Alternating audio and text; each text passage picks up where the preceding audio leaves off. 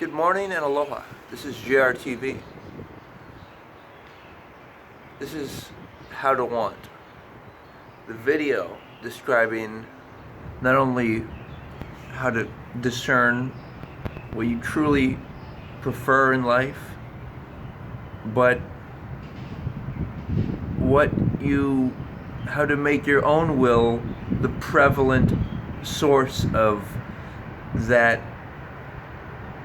life-givingness that makes you feel like you.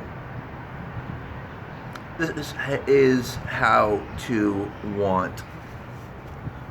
I'll start off with a few stories that highlight my transition from being submissive to really defining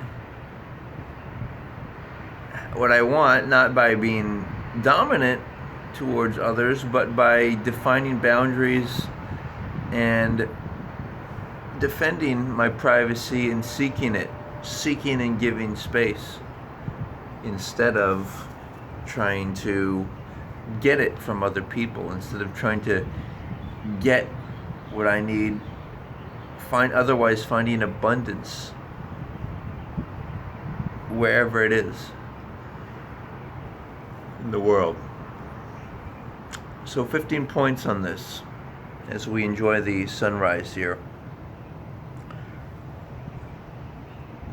Wanting something, I feel, has to do with emotions and chakras. That's what I always say, right?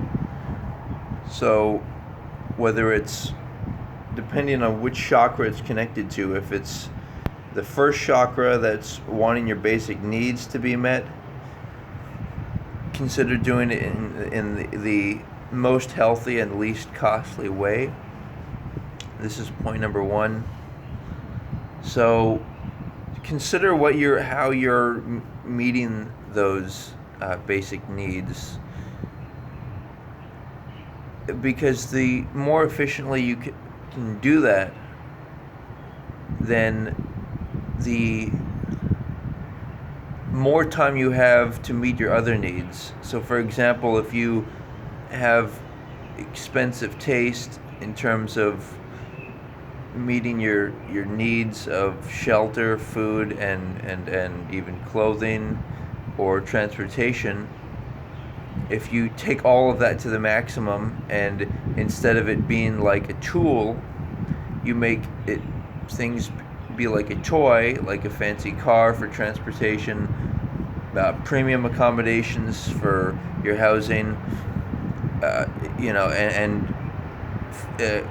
more costly food, which costs more money per whatever it is, gram of protein or whatever it may be, or even liquid. It's nice to want nice things, I think, but not to need them. And so this is a little differentiation between wants and needs I'm going to do here.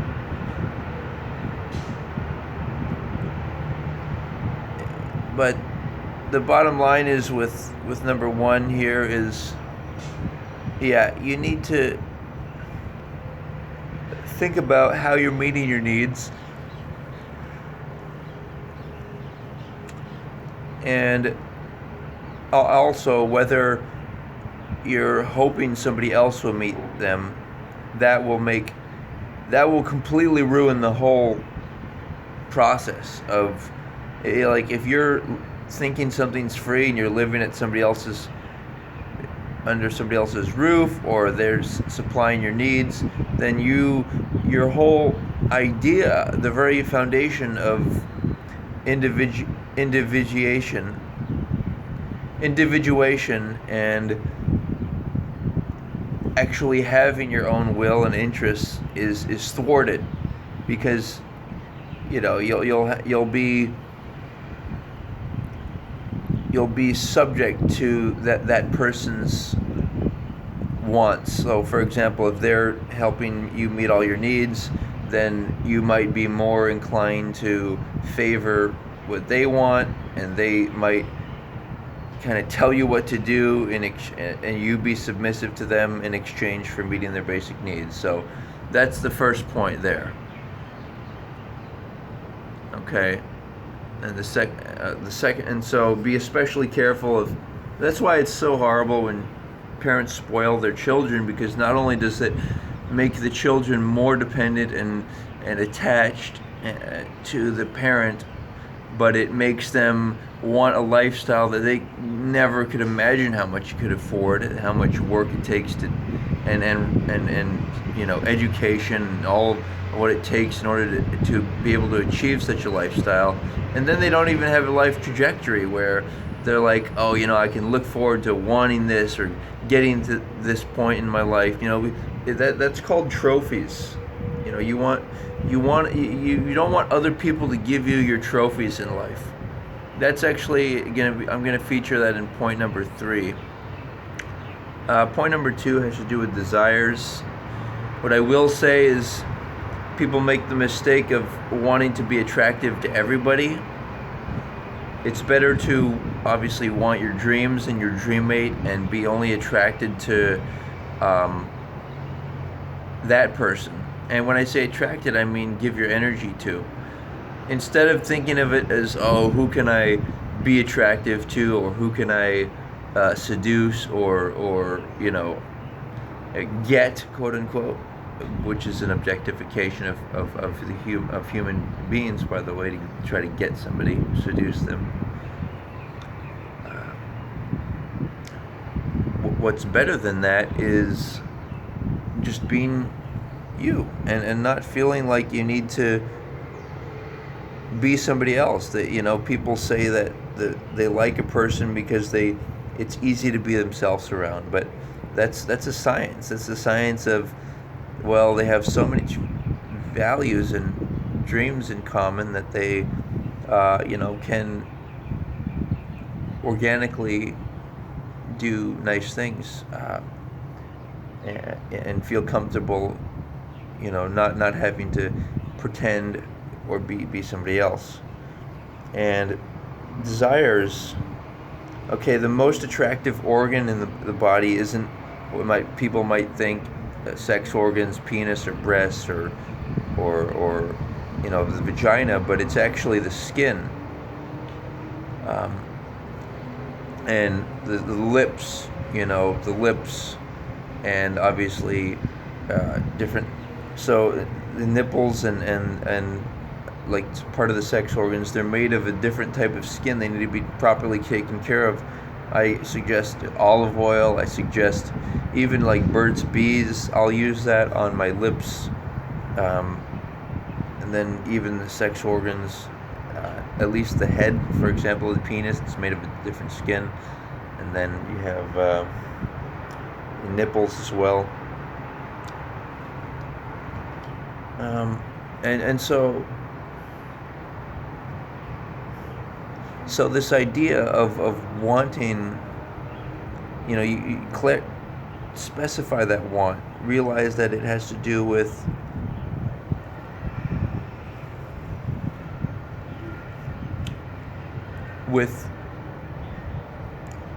your dreams, and you once you activate those first 2 chakras, like I'm talking about, then you turn into which is number 3, which is the wants of emotional satisfaction. So feeling good. So a popularized example might be living the lifestyle. If you live the lifestyle, you'll get attention and feel empowered. But you don't want your joy to be contingent and dependent upon external sources, upon other people, of giving you encouragement and approval and attention and energy. Instead, you can do that as a fun thing, as a hobby, but the main bulk of your energy, personal energy, should be derived by creative activities and music listening and dance and exercise. Those are the ways to, whatever chakra you're in, whether it's the first, second, or third, These are, these are going to have your wants in them, right? So, because of that, you've got to be careful. Uh, Determine what chakra you're in, and that will help you to fine tune exactly what you want and have some foresight. If you look into the future and see yourself using, say, a fancy car or living in a fancy place, whatever it is, make your joy fancy. Make your joy, your richness, peace of mind, breathing. And that doesn't mean operate like a monk, and it doesn't mean be hyper materialistic, and just, like look forward to the next object. But it means a kind of a fusion of these things so that we can be playful and have have good social experience and promote one another's goods and services consumption, help move and keep the economy moving of people, so that everyone has a sense of purpose beyond just their personal family life.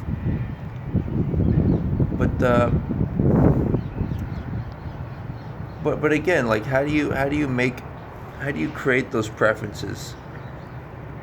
Point number 4 is your wants maybe, they are, in fact, it's not even a maybe. They are subconsciously planted into your mind at a younger age. So wants of certain lifestyles and whatnot, you need to realize that they were planted into your brain at a younger age. They may be still operating in your life, and therefore bring it to a conscious level, examine it. Well, does that really bring me joy? Does that really seem like the most significant thing? Does it seem fair for the environment, or fair for other people in general and myself? Is it a win-win situation? Right? So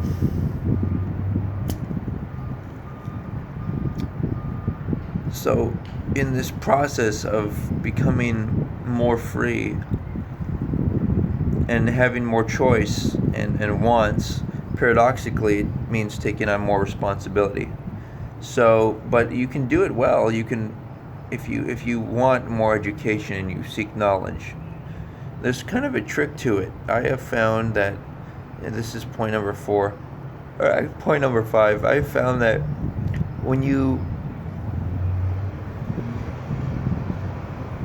the way to want education is to say to yourself, and by the way, in point number 4 about subconscious, you can reprogram everything. So do so according to your likes. Maybe you have good habits and values that you like, that were passed on to you when you were younger, that you don't even are aware of. They're deep in the subconscious. Perpetuate those, but otherwise add new ones. But see, point number 5 is that to add new programs, you need to repeat. This is how to do it. So you need to repeat all this stuff to yourself. Write it down, capture the thoughts, otherwise the thoughts will spin and spin. And then look at the way that your mind is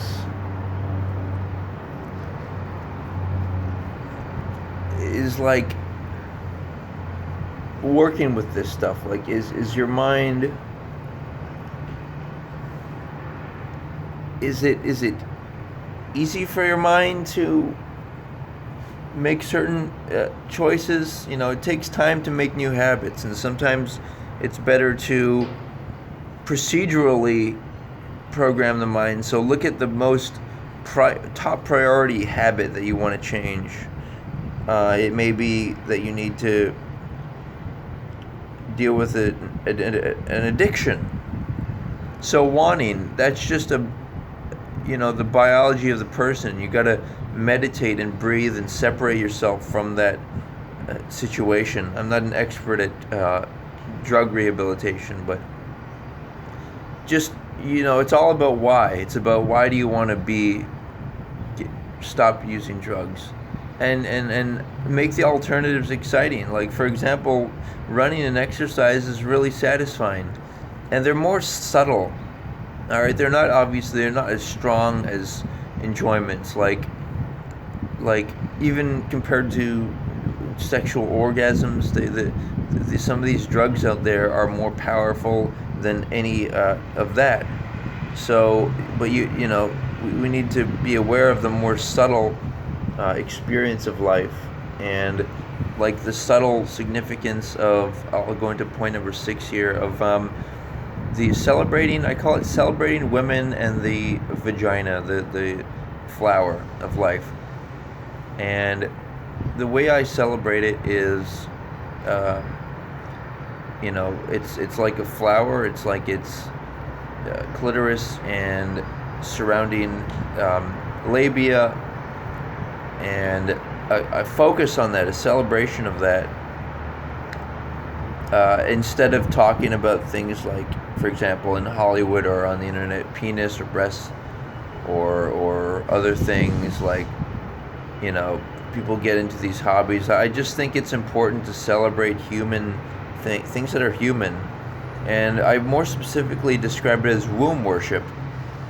So, when you work hard and exercise, I find I'm more able to develop an attraction towards women, and even an enthusiasm for giving oral sex. And this is it's really something to consider. Obviously, it's almost a more intimate act than sexual intercourse, and it's just something that it's not really, it's really a more to deal with concerning hygiene. Like, it's really something you wouldn't want to do with everyone. Sexual intercourse might be a more appealing thing for a wider array of people, but point number 7, life is about memories. All right? Life is about building up memories and building up energy and giving it to your dream mate. It's like a battery that you have, and you need to keep it at full charge in order to be highly functional every day, and every day building up you kind of build up. You build up. It's like every day you're moving one step closer to your dream mate. Every day it's like your dream mate's watching you. And let's see, what else? That was like point 8 there, that your dream mate's always there for you. And this is a term. It's called the dream mate, right? Don't use terms like even spouse or wife. You use. Oh, and by the way, womb worship.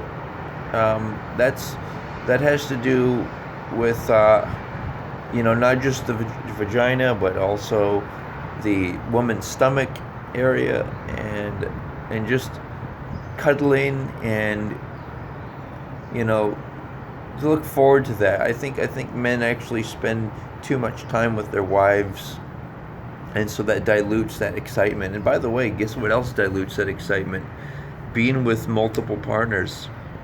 They say, so it's really actually a bad thing to be with anyone else except for the right person, and because it dilutes your energy. It makes you slightly less attracted to women in the vagina, and slightly less passionate, and so you don't want that. You want to be excited. And I think we've done enough experimentation, quote unquote, as humans, to find out what's right and wrong in terms of what works and doesn't, and the science of marriage and love. So, but again, back to the issues. Let's see. Point 9, something fun. It's called shaking the head back and forth. It's like you're nodding no, but really nod vigorously and let your head kind of don't tense the muscles. Just let your head sway itself back and forth, and just and shake your whole body. You can jump around and move around and let go of all these previous programs, and repeat to yourself 100 times. Repeat who you are and what you want. So I am your name. I am you are your highest authority. Never label people mother, father, uncle, whatever. Those are terms of roles of authority. So that's point 10. Can you want something if somebody is your higher authority? I don't think so. And what role are they playing? So, for example, when people enter into interactions that are just lust based, they are playing the role of either submissive and dominant, or of trading. It's like a business. They're trading body for body or body for money, and it's not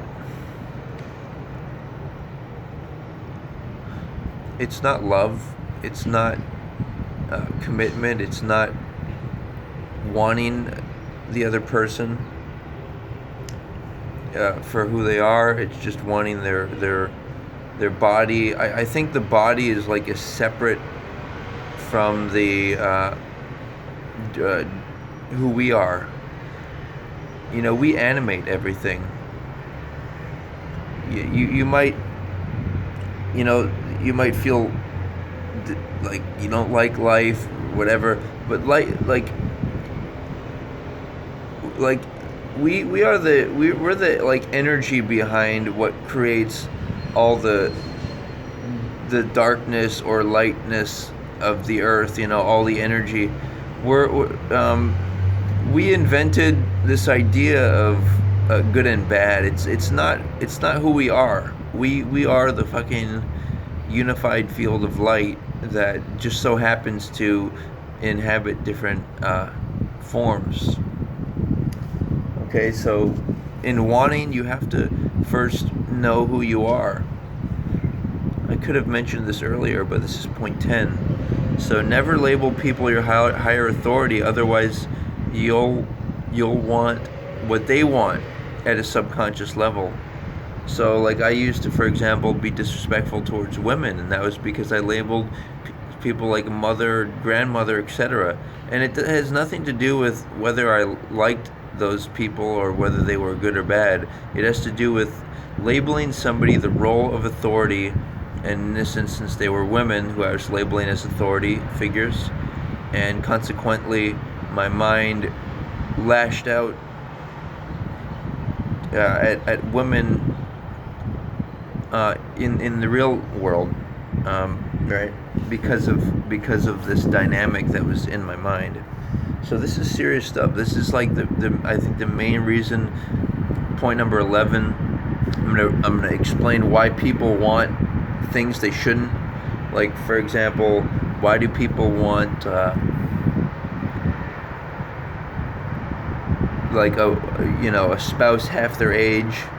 Well, it's because they feel objectified by their mother or aunt or grandmother, and the reason they do feel objectified is because they label them as a mother, aunt, or grandmother, and consequently they objectify women.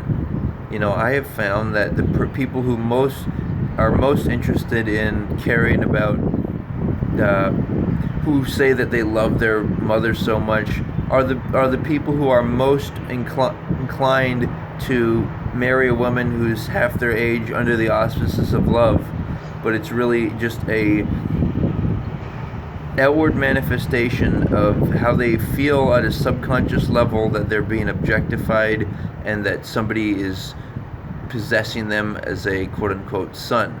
So these are very dangerous in terms of, like, this is one of the sources of the problems in the world, the reasons why people are objectified or greedy or mean, whatever, in the world.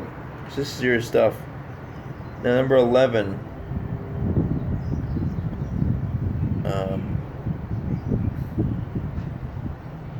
what else is going on here in terms of wanting? I did mention earlier, when you write things out, you can find out what you truly want. When you're in somebody's house, you will be influenced heavily by them or their agenda. So, number 11, realize that everything is a business, in the sense of whether it's government like schools or anything like even like the police, emergency services. We need to be realistic and see it as a business and question, is that business serving us as a community or nation? Are these people being paid appropriately? Are there too many people, many of them? Is there a more efficient way to do it? Even doctors and attorneys, a lot of doctors, like, I think if naturopathic and just yoga and different practices were put into play, there. See if that's the sun here. Looks like we got the sun kind of finding its way here. What's going on here? We have to constantly question, is a business viable? Is it useful, and does it serve the people, or does it just restrict the people? And, like, for example, doctors and lawyers tied to big, industrial prison system, to big pharma, to the military industrial complex, to big alcohol and tobacco, all of this crazy stuff, right? It's real. It motivates people, money, but again, to the issue of, well, why do guys want women half their age or whatnot? It's because it's because all they want is lust, and all they are is like a mechanical, biological creature that's operating off of trying to perpetuate its own genetics. It's just complete nonsense. Another problem, big problem, number 12, is wanting children. And this might sound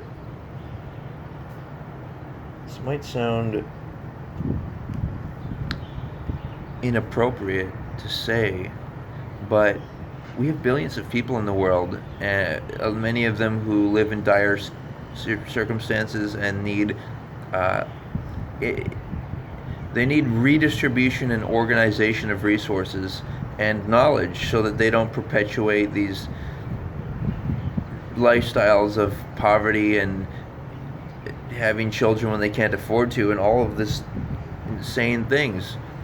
There's many, so we don't necessarily need to promote our own biological genes by preferring to have our own children. It's a great experience. I'm not denying that, but bigger picture thinking, world peace, right? So number 13. Every day. What else do I have for you here? Wow, I'm almost there. I've got just a couple more points. So, where are we here? Let's see. Just breathe while I'm doing my thing. Deep breathing. Let's see here. Well, choose when you have a choice, right? So you may not have a choice to dress formally. It may be unsafe because people might attack you or rob you. You may have to dress like wherever you live, like poorly, or like a, say, street thug, whatever.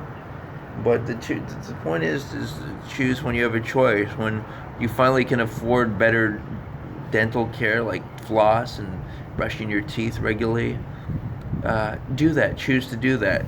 So adapt and choose according to what you can afford with your time and money. Let's see here.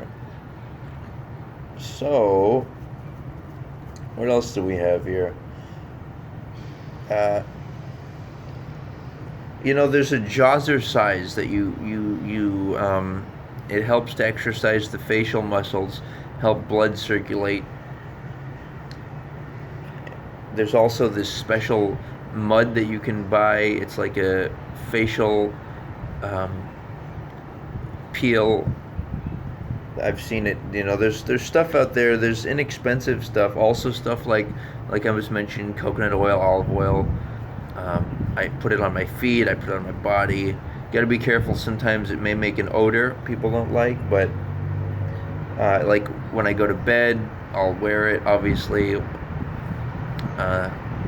just these little details that inexpensive things. Cold oatmeal, cold rice, brown rice, cooked, and then refrigerated, added to a smoothie. Just cans of beans with some barbecue sauce and olive oil. Simple, inexpensive, healthy, satisfying foods. And what else? Another fun thing you guys will really enjoy, I think, this is like 14 already, is the idea of a dating profile. You must be unavailable. You must, wear red and if you want your dream mate, you must say, I'm only available to my dream mate, and you're not ready for one right yet, because before wanting a dream mate, you need to want the financial and emotional maturity and position in order to have one. Like if you want children, I recommend having them right away and not getting married until you are totally there, totally ready to have children financially. So in other words, the man has a secure housing and emergency money if he loses his job, etc., etc. So it's kind of 14, right? It just remember, sometimes we're influenced by society and TV. If you're around other people and too much, or around, if you're in a place where somebody else is an authority, like even if you're younger and you obviously can't afford to just leave your place, learn how to make money and think about a nice career. But when you really want to make thoughts, don't maybe not even do it in your room, but do it on a walk, and obviously not at a dangerous place and time. I'm telling you though, that the reason people disrespect themselves, drink alcohol, the reason children act stupid or betray, quote unquote, their parents, is because they hate the idea of labeling somebody their parents. So they should label them on a first name basis. I mean, like, you would think that the parents putting fear into the children to not have premarital sex, or that a quote unquote God will destroy them, a deity, supernatural power. It's not as effective as what I'm saying in terms of a real legitimate why, and not just if you do this, bad things will happen in the afterlife. It's that bad things will happen right now. You'll give away your energy. The biggest mistake people make is seeing it in terms of, oh, this is this person is attractive. No, you need to not see it in terms of bodies and sex organs. You need to think of it in terms of energy. So do you want to give this person your energy? Because sex is just like a drug, right?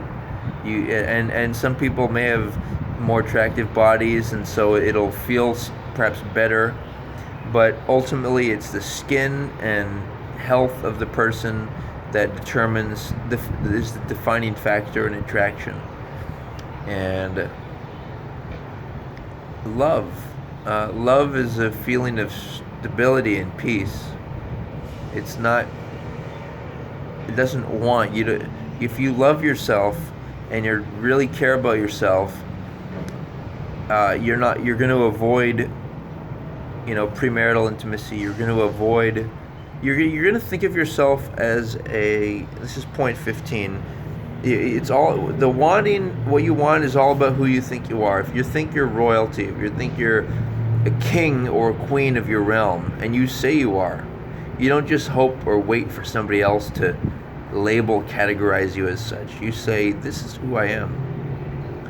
I am king of my world. I am final, absolute authority in my decisions and my pursuits in life." And when you get to that level, you start generating different preferences for how to operate. And a king or a queen does not want to have premarital intimacy. Have you ever seen these royalty? Have you ever seen them be like casually messing and playing around? And that's what it really is. It's playing. It's treating something like a toy when it should be a tool. Your body and sex organ should be a tool in order to have pleasure. And it's not a toy to just treat as something casual. It's a serious thing, and ultimately you don't want to tease yourself. That's the biggest mistake these people make. It's all a tease when you engage in premarital intimacy, because it's not for sure. It's a maybe. And then it makes everything else lukewarm, and it dilutes your attraction to the opposite sex, and it actually makes you less interested in being a human. So let's be more interested in it and clear the mind and fill it with. You can repeat in the front of the mirror what you want. You can repeat throughout the day. You can listen to TED Talks and repeat them to yourself so that you're doubly. I listen to them and I repeat the words that the speaker is saying. So I repeat everything they're saying. Thank you. I'm really glad for you to join me. What was your favorite point? Leave it in the comments.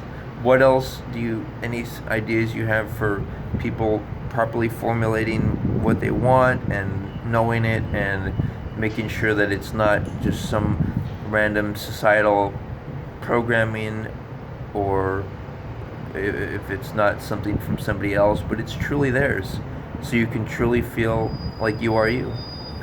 Because ultimately, that's what differentiates us. That's why, and it's not, in some animals they are monogamous because they need to be for survival purposes, but we as humans, I think we should be monogamous because we want love, and we have so much self-respect and identity. Like, who do you identify with? Who are you? And once you decide that you're your final authority, you really like being yourself, you even take the time to write down your interests and see how unique you are, only then can you love somebody else.